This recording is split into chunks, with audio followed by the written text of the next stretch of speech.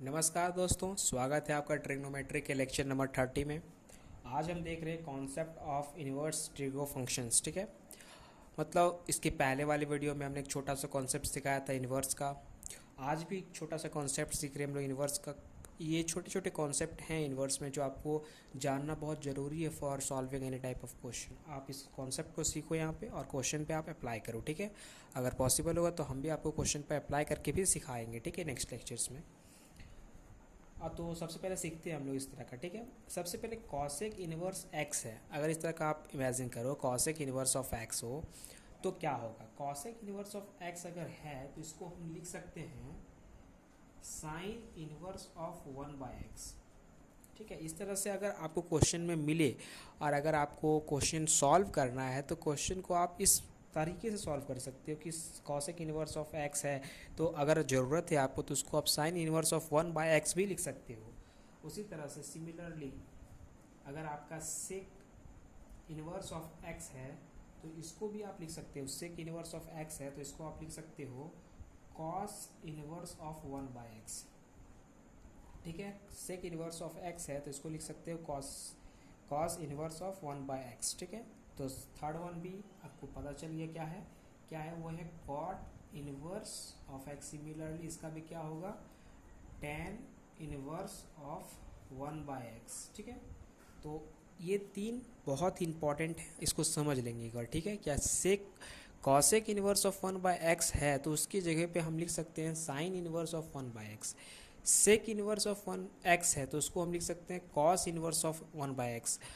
Cot inverse of x है तो उसे हम लिख सकते हैं टेन इन्वर्स ऑफ 1/x। ठीक है, अब चलते हैं हम लोग थोड़ा सा और आगे इससे। ठीक है, उसमें क्या है थोड़ा सा और छोटा कॉन्सेप्ट है इससे।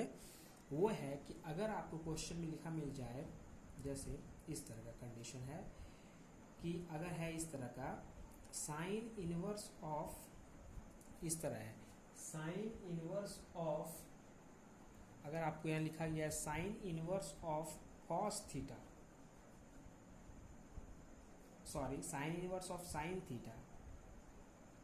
अगर आपको इस तरह कंडीशन मिले कि sine inverse of sine theta, अगर आपको मिले ऐसा कि साइन इनवर्स साइन थीटा मिल जाए, ये साइन थीटा है। ठीक है, ये आपका साइन थीटा है तो ये होगा आपका, ये हो जाएगा आपका सिर्फ थीटा। क्या होता है ये साइन इनवर्स और ये साइन जो है एक दूसरे को कैंसिल आउट कर लेते हैं और सिर्फ हमारा थीटा आंसर हो जाता है। ठीक है, सिमिलरली इसी तरह का एक और पॉइंट इसमें बनता है वो है कॉस इनवर्स ऑफ, अगर यहाँ पे कॉस थीटा है तो इसको भी आप कर सकते हो थीटा। ठीक है, ये एक दूसरे को कैंसल आउट कर देता है। उसी तरह से थर्ड पॉइंट इसमें बनेगा एक और, थर्ड पॉइंट एक और बनेगा यहाँ पे कि अगर टेन इनवर्स ऑफ, अगर टेन थीटा मिल जाए तो ये थीटा कन्वर्ट हो जाता है। ठीक है, इस तरह से ये तो एक दूसरे को कैंसिल आउट कर देते हैं और थीटा जो है वो बच जाता है। सिमिलरली इसी तरह से ये भी हो सकता है, यहाँ पे थीटा का टर्म है तो यहाँ पे इस तरह का भी टर्म आ सकता है। अगर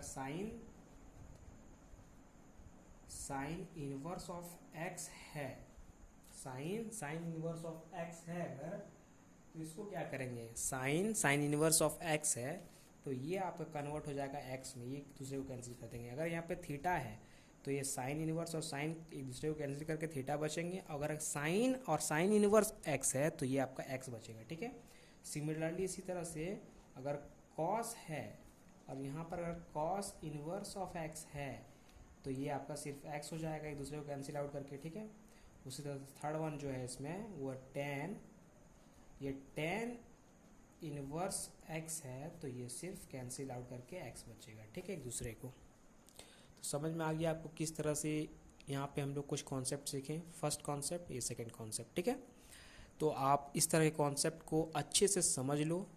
नहीं समझ में आया आपको एक बार वीडियो को दोबारा देख लो, अच्छे से समझ में आ जाएगा। छोटा सा वीडियो है और आप क्वेश्चन में इसको अप्लाई करो। ठीक है, अप्लाई करोगे तब आपको और बेटर समझ में आएगा। Thank you for watching.